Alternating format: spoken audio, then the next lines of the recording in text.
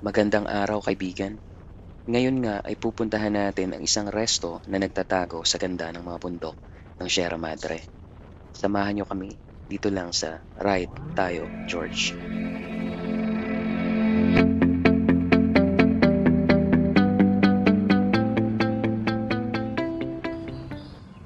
Hello friends, pupunta kami ng Infanta Quezon. Let's go.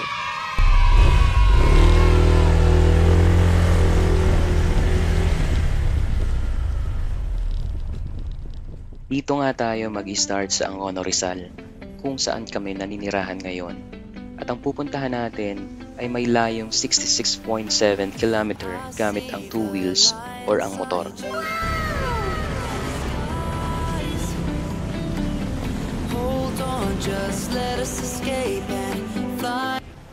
Dito nga ay kailangan muna nating magpagasolina dahil mahirap mawala ng gas sa gitna ng biyahe. Meron din namang nagtitinda ng gasolina sa bundok, yung mga nakalagay sa bote ng soft drinks. Pero ang hirap magtiwala kung saan nila to kinuha. Dahil ang tiwala kasi parang kape yan. Mainit sa umpisa, pero kapag nababayaan, lumalamig at pumapait na. Ginagawa mo! Pero kung you have no choice but to take it, kesa naman magtula ka hanggang sa pinakamalapit na gas station.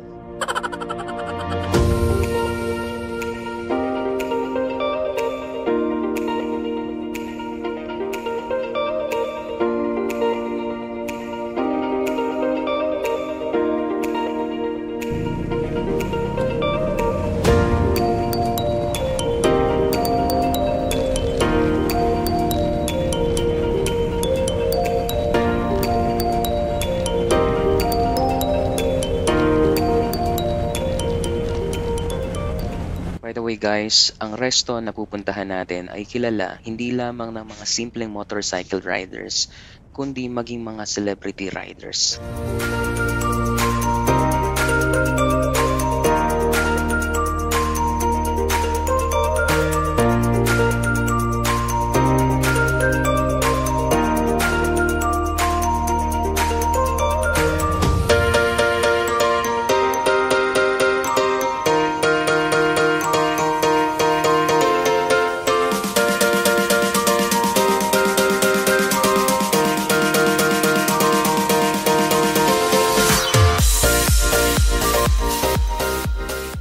Dito nga sa part na to ay hindi ako mapakali. Parang may nagsasabi sa isip ko na i-check ang mga gulong.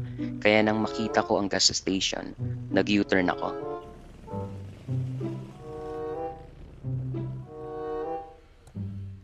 At dito ko nga na-identify na kulang ang mga hangin ng gulong dahil may mga singaw o maliliit na butas. Iniisip ko nga kung okay lang ba to.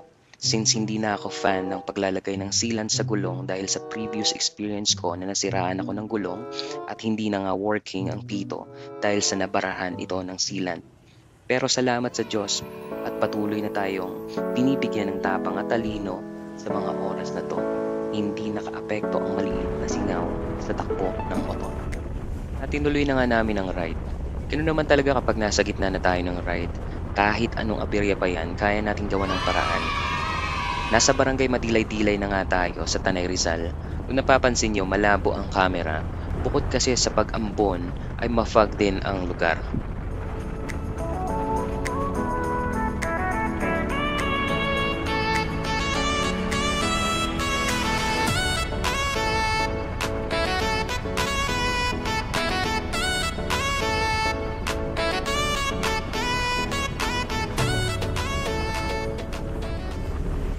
Kung magra-ride pala kayo dito, double check nyo yung mga dinadaanan nyo at maging defensive driver kayo palagi.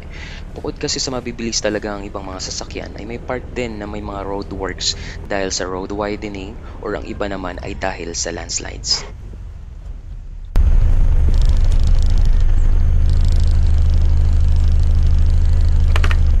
Ganda.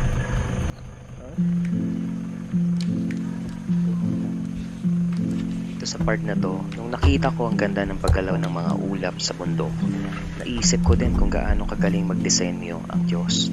We can breathe because of God's goodness and grace. Palagi tayong magpasalamat sa Diyos na lumikha ng mga tanawing tulad nito. At ganoon na din sa buhay na kaloob niya. Dahil ang gusto ng Diyos ay ma-enjoy natin ang nature. Dahil ang gusto ng Diyos ay magkaroon tayo ng buhay na kasiyasiya.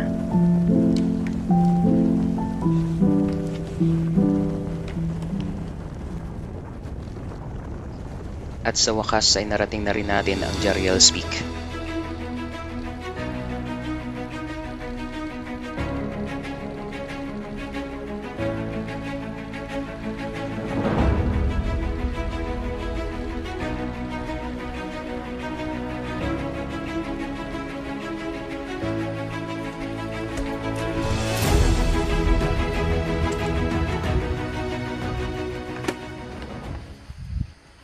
Ito ang Jariel's Peak.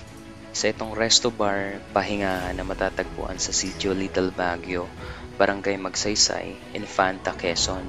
May taas itong humigit kumulang 2,331 talampakan mula sa dagat. At kilala ito bilang paboritong hintuan ng mga rider, siklista, mountaineer at mga biyahero na naghahanap ng malamig na klima at magandang tanawin.